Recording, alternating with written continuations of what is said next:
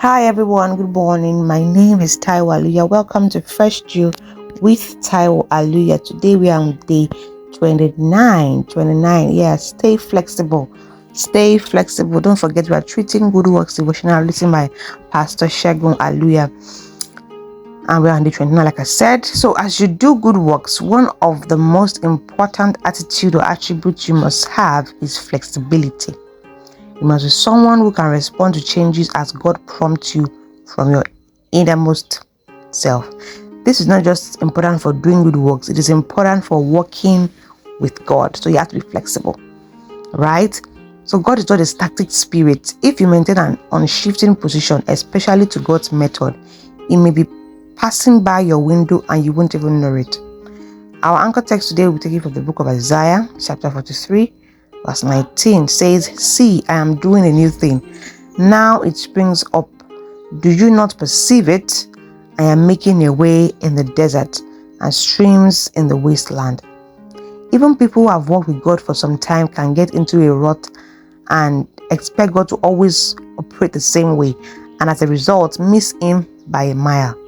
We see in Acts 10, verse 9 to 22, where Peter the apostle was instructed by God in a vision to take the gospel to the Gentile family of a man named Cornelius.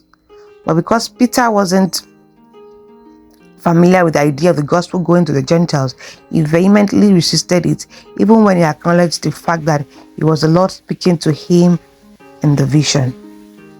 Right, remember that story of Cornelius where the issue of clean and unclean.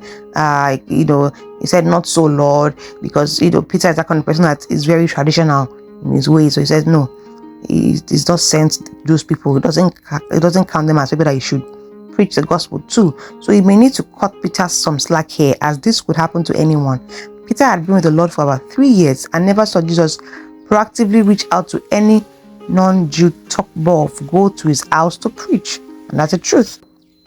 That's what I'm trying to say here, that you can't just blame Peter and say, "Oh, why did Peter just reject instruction from God?" That's not the point. The point is that he has not seen it happen before. So sometimes our perception, because some people get used to God. Some people get used to God. Some people have fellowship with God to a level that they are used to. So they feel like they know God, like they have seen God finish at a level. So, but this is saying that God is a spirit being. God works in mysterious ways. If you fully understand God, then He will cease being God. So that is why He's God. So He can go through any route. So we have to be flexible. You can't be rigid with God and say, "God has never told me to wear trousers, so I will never wear trousers." Do you understand what I'm saying? So you can't be that rigid. There are people that will hear something from God based on maybe their own lifestyle or what God is trying to do with them. You say, "Don't do this thing." You might not be the same thing. And that doesn't mean that God is speaking to those people and just speaking to you. So God works in mysterious ways, and we shouldn't be that. We should be flexible with God. So he's saying that here, Peter, having spent 3 years with Jesus, didn't even experience Jesus do such a thing. So he's not wondering, why will I be the first, right? So he had a strong reference point, but that didn't change the fact that according to God's prophetic clock, it was time for the Gentiles to hear the gospel. As you are led by the Spirit of God to do good works, you must stay flexible. Stay open to possibilities. Be ready for the wind to blow in a new direction and follow. It's still about yielding. So as we walk with God, it is important to walk with humility. Don't walk with the sense of, I kind of understand how it works now. No, we should always long and, and what's that word? Yield and hunger and thirst for what is about to tell us, not to come with an impression of, "I already kind of figure it out. I know what you probably tell me on Monday. I know what you probably tell me about my child. I've heard it all. I've seen it all." We should always stay open. That's the word. Stay open and flexible to God's possibility. First, okay. As you're led by the Spirit of God who do good works, you must stay flexible. Stay open to possibilities. Be ready for the wind to blow in a new direction and follow. John chapter 3 verse 8 says, "The wind blows wherever it pleases. You hear its sound, but you cannot tell where it comes from or where it is going. So it is with everyone born of the Spirit. So it is with everyone born of the Spirit." Right? So let me take that again. John 3:8 says, "The wind blows wherever it pleases. You hear its sound, but you cannot tell where it comes from or where it is going. So it is with everyone born of the Spirit. Hallelujah. When God starts to guide you along paths of which you are not familiar, there's a huge tendency to act like Peter and say, "Not so, Lord." But you must submit yourself to the voice of the Spirit of God in you. Many times you will not understand why you are doing what you are doing as led by the Lord. It may not make absolute sense based on what you have previously seen or known, but once you can ascertain the voice of the Lord as your instructor, do it. In it is the new thing the Lord is doing. Do good. So as we're talking about doing good works in this devotional, and as we're about to round up, it's saying that, some of these will not look like it. Don't be the one that would inhibit the flow of the work of God in your own life or even in the life of other people.